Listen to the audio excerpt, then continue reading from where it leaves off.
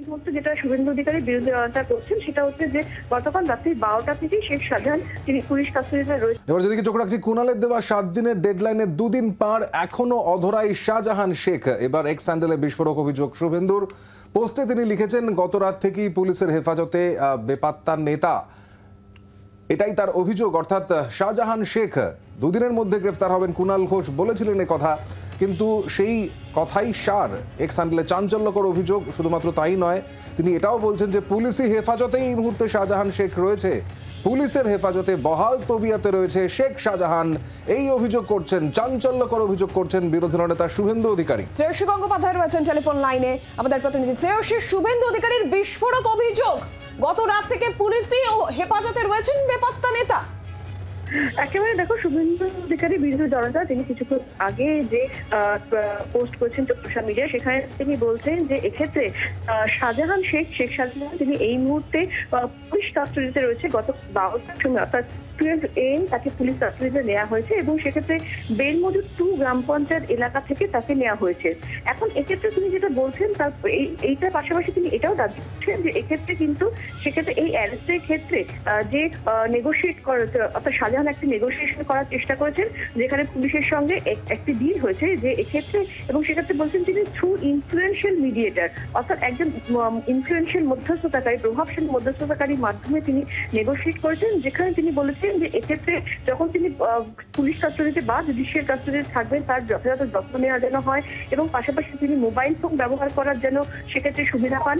এবং সেক্ষেত্রে শুভেন্দু অধিকারী তিনি যেটা দাবি করছেন যে এক্ষেত্রে উডবান ওয়ার্ডে অর্থাৎ SSKM এ সেখানে প্রয়োজন হলে তার জন্য যেন একটা বিছানার বা একটা বেডের একটা তার জন্য একটা আশ্রয় সিটের যেন ব্যবস্থা করা থাকে, সেরকম ব্যবস্থা করবে, সেরকম তিনি দাবি জানিয়েছিলেন। এবং এই শর্তেই তার সঙ্গে সেই নেগোসিয়েশনও হয়েছে।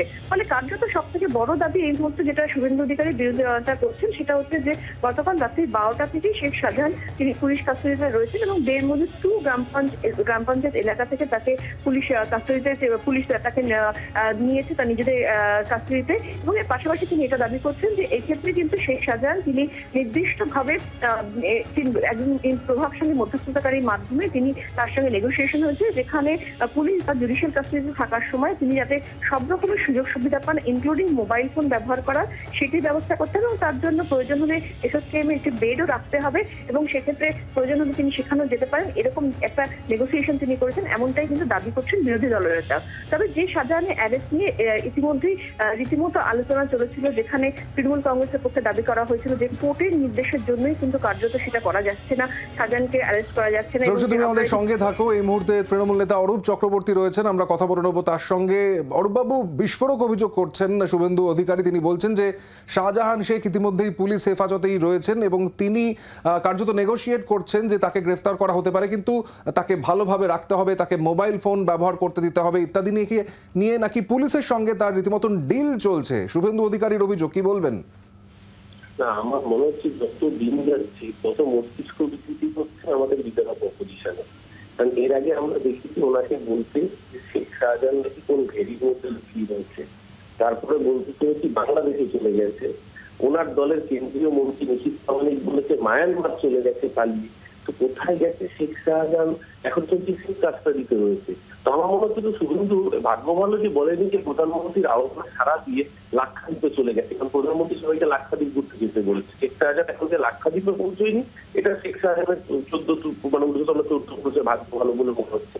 মুশকিলটা হচ্ছে একটা লিডার অফ অপোজিশন যদি এতটা অপদার্থ এবং অযোগ্য হয়, তাহলে যেটা হওয়ার সেটাই হচ্ছে। প্রথম কথা, উচিততম মন্তব্যে সারা ভারতবর্ষের মানুষ প্রতিবাদ করেছে যে একজন পাদ্রী পরিচিত একজন শিখ ধর্মাবলম্বী মানুষকে যে প্রকাশ্যে খালিস্তানি কুৎসিততম আক্রমণ করেছে, সেইগুলোকে ঢাকার জন্য এখন এইসবগুলো মিডিয়া ভেঙে রাখতে চেয়েছে।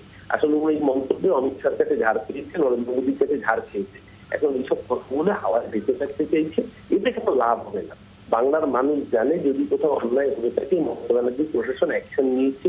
যাদের বিরুদ্ধে অভিযোগ তারা তৃণমূল কংগ্রেসের নেতা হওয়া সত্ত্বেও তাদের গ্রেফতার করেছে পশ্চিমবঙ্গ সরকারের প্রশাসন। যাদের বিরুদ্ধে অভিযোগ ছিল সেই জমি ফেরতের ব্যবস্থা করেছে পশ্চিমবঙ্গ সরকার।